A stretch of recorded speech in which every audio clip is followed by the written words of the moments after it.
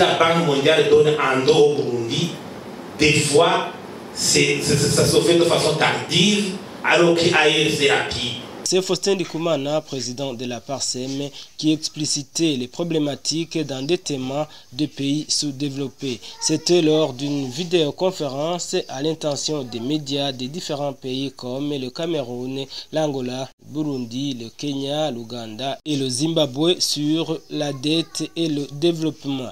Une vidéoconférence organisée par l'initiative citoyenne pour l'environnement et le développement. Suivez encore une fois Faustin Ndikumana. Le gouvernement s'endette maintes fois, même pour financer les fonds de fonctionnement. Parce qu'au niveau des infrastructures, ici on s'endette à 2700 milliards de francs. Il y a des activités vraiment d'investissement de grande américaine que vous observez. Routes et ponts sont en train d'être construits, malgré cet endettement élevé. On s'endette, mais on n'est pas en train d'investir de façon visible. C'est un paradoxe quand même. La route Rumongue, la route Genda, rien n'est pas bien, mais on s'endette. C'est pour payer quoi?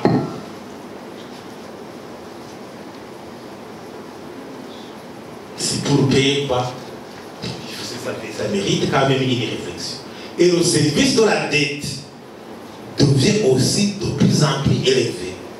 Je ne sais pas si vous avez vu le montant des intérêts au niveau du budget, le montant des intérêts payés par l'État annuellement, sans parler du principal.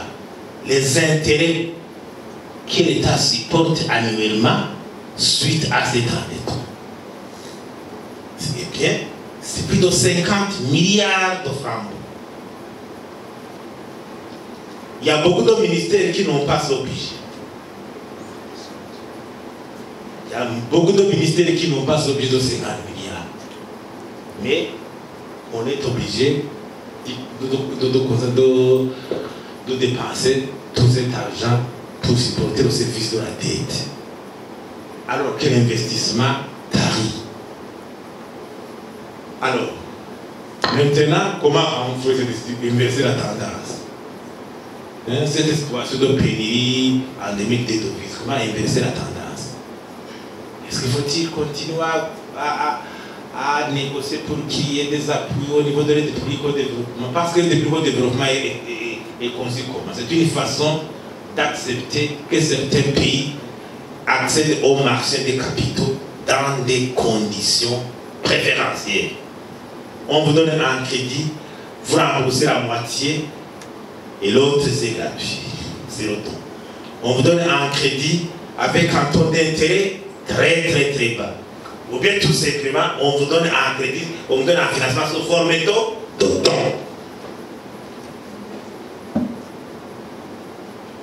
Et ce que je constate maintes fois au niveau du budget, je savais qu'il y a un article qui dit que le gouvernement actuellement, sauf dans les conditions spéciales, il préfère les dons, par exemple. Il faut plus de dons.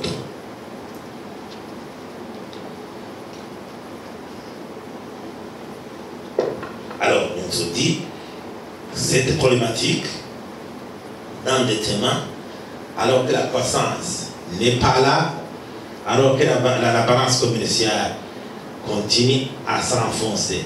Donc, lourdement déficitaire parce que pas d'exportation, peu d'exportation. Et en Afrique, encore la problématique, c'est que les secteurs pétroliers et miniers, quelquefois, constituent des malédictions. Même ici au Burundi, vous voyez qu'on n'a pas encore vu comment ce secteur booste, transformer l'économie. Alors, je crois qu'il faut une réflexion pour voir comment gérer avec les prudence réelle, mais aussi avoir cette préoccupation de relancer notre économie.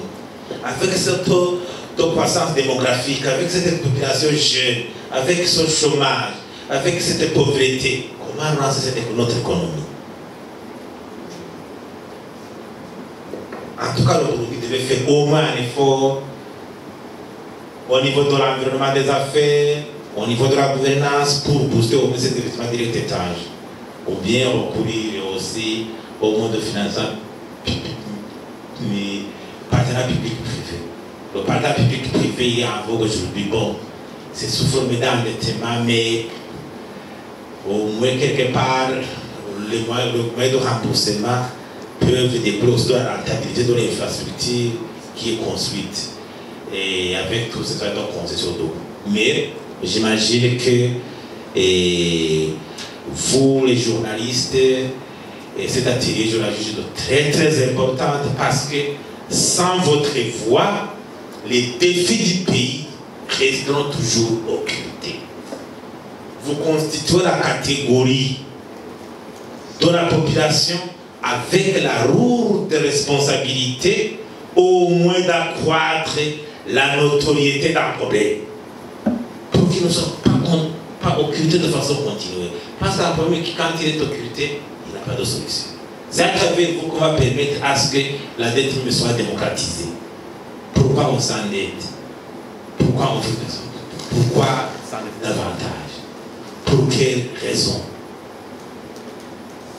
La démocratisation de l'État, c'est un sujet quand même très très très important parce que c'est nous, à travers la perception des taxes qui devront, en tout cas, qui devons supporter, nous, qui devons supporter tous ces problèmes liés à l'endettement incontrôlé.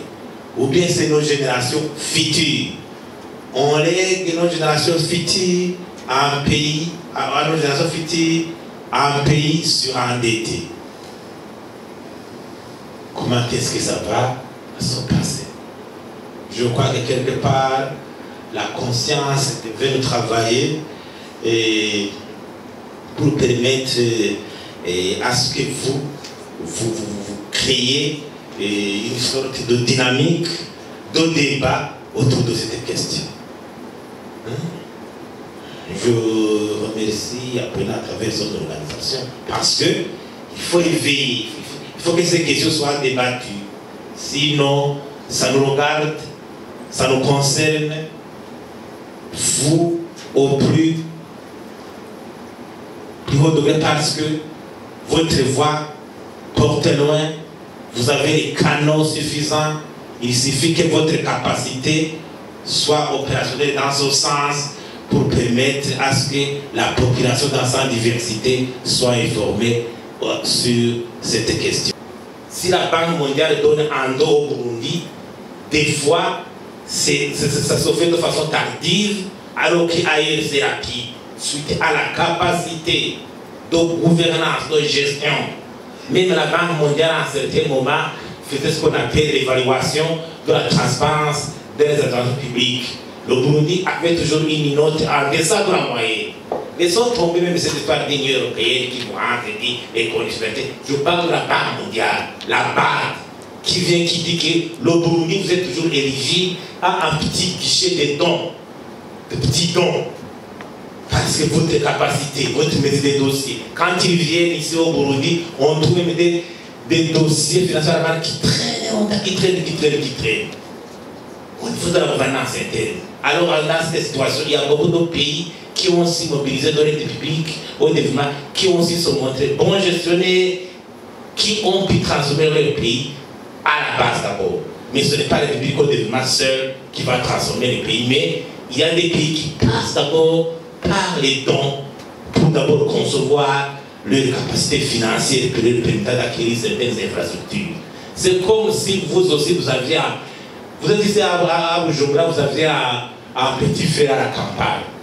Vous lui donnez un crédit de 500 000 pour faire un projet. Vous rendez sur le place, vous trouvez qu'il a gaspillé, qu'il a mis dans l'alcool, qu'il n'a pas pu faire. Vous arrêtez. C'est normal. L'aide conditionnée, les parlements des pays développés sont assez sévères sur les pays qui gèrent mal l'aide. Parce que c'est l'aide publique des peuples européens ou américains vers les peuples africains. Les gouvernements ne sont que des trains, que des intermédiaires. Alors ces parlements sont assez sévères. Il faut que les publics accordés puissent créer des développements visibles. Tout cela est contenu dans la déclaration de Paris. Et le plan d'action d'Akanae et le produit associé à cela. Il faut aller inclure ça. L'investissement en demande, les infrastructures sont à la base du développement économique. Et au Burundi, ça a été un cas. Je vous ai donné un cas où il y a eu des infrastructures qui ont été construites. La croissance était là. Le taux de pauvreté avant la crise était de 35%. Avant le 92. Mais avec la fin de la crise en 2005, on était à 70% de taux de pauvreté. C'est déjà la crise de 2023 a complètement détruit les pans entiers de l'économie burundaise. Même dans les rapports, le PIB du Burundi a été réduit de 33% avec cette crise. Donc, non seulement vous causez des routes, vous faites ceci et cela, mais aussi la stabilité politique, la paix reste fondamentale pour que les gens puissent produire, être orientés à la production au lieu de fuir, de faire des mouvements ici, des va-et-vient. Là, ça devient toujours un problème. Là, le Burundi aussi a la lourdeur de d'abord asseoir sa stabilité politique à travers une cohésion sociale, une cohésion nationale digne de son nom. Matière première de nouvelles mondiales, comment ça va se passer? Moi, je dirais au pays africain d'emprunter quoi? Le modèle asiatique. Les pays asiatiques, Corée du Sud, Singapour, ils étaient comme les pays africains dans les années 40. Qu'est-ce qu'ils ont fait? Le Japon avant la révolution Meiji. C'est un pays pauvre. Mais avec la révolution Meiji, le Japon était puissance mondiale. Troisième, le Japon n'exporte pas des véhicules plus que les Européens parfois. C'est cette technologie. Le modèle asiatique devait inspirer les pays africains. À un certain moment, les pays asiatiques ont inversé la tendance. Les Asiatiques exportent des produits manufacturés. La Chine est maintenant considérée comme l'usine du monde entier. Mais je vous dis que dans les années 30, la Chine était un pays du tiers-monde. C'est parmi les pays du tiers-monde.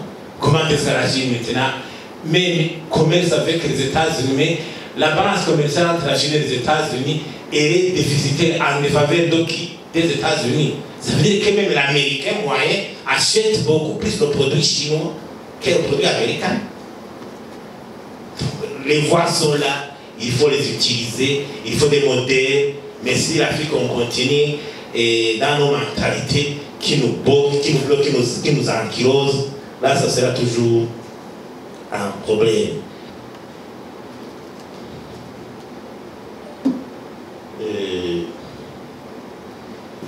Le monde de développement le plus approprié. Le monde de développement le plus approprié, c'est, grosso modo, il faut avoir un plan du développement, une vision du développement qui tient compte des potentialités dont vous disposez. Vous cherchez les hommes de qualité, l'éducation et les ressources humaines nécessaires, capables de gérer cette vision, de la mettre en application et vous mobilisez les fonds nécessaires, que ce soit à l'intérieur et à l'extérieur. Ce sont les grands trois qui. Potentialité dont dispose le Burundi. On se trace une vision, on s'en approprie. Et puis, l'homme qui fait la place qu'il faut, chercher des ingénieurs, de quoi? Assurer une éducation de qualité. Parce que c'est l'homme qui doit appliquer, qui doit faire des découvertes, c'est l'homme.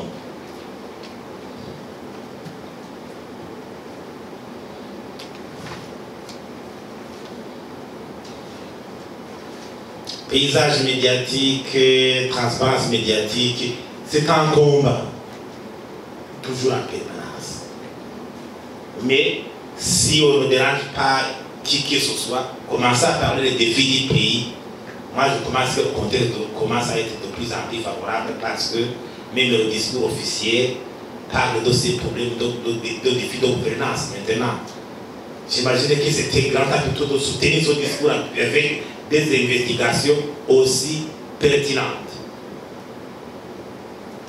Le président dit la corruption. Il faut la combattre. Ce n'est pas son discours officiel. Qu'est-ce que vous faites pour justement donner, disponibiliser des informations pertinentes qui peuvent l'indiquer, l'orienter vers les secteurs les plus touchés par cet endettement. Il faut des investigations. Il faut tout simplement parler vrai avec vérité. Il y a du même un jour, si vous parlez d'une chose, il faut que ça soit la vérité. Donc, développer la capacité d'accéder à l'information et aux vraies données. Peut-être le problème serait que les données sont difficiles à avoir, mais aussi c'est un combat qu'on va faire de façon solidaire. Mais le combat est noble. Agriculture, mine, tourisme, quel secteur? Tous les secteurs ont un peu échoué. Le secteur agricole n'a pas encore, vous savez, il était encore un secteur agricole archaïque, vous savez, avec l'outil de production alimentaire. C'est toujours la roue, c'est ouvrier, la femme rurale qui est à la base des fois de la production agricole, elle est ouvrière, elle est ingénieure, elle est tout. C'est bien elle qui nourrit la population, la femme rurale, la fameuse là qui a toujours la faute, c'est bien elle qui cultive. Avec donc l'histoire d'agriculture d'autosuffisance, il n'y a pas eu de révolution agricole encore au Burundi. Nous sommes toujours avec les marques du passé. Le secteur minier est encore problématique. Il ne contribue même pas à 1% du PIB. Vous savez, la récente mesure du gouvernement de suspendre certains contrats. Donc la situation est toujours problématique. Quant au tourisme, c'est là où même le Burundi n'a pas encore eu de résultats. Si on compare avec les pays de l'East African Community, le nombre de visiteurs, les recettes en devises liées au tourisme, au moment où d'autres pays, par exemple la Tanzanie, peut avoir facilement 1 milliard de dollars avec le tourisme. Le Rwanda, 400 millions de dollars avec le tourisme. L'Ouganda, 800 millions. Le Kenya, 1 milliard de dollars au tourisme. Mais au Burundi, on trouve moins de 5 millions.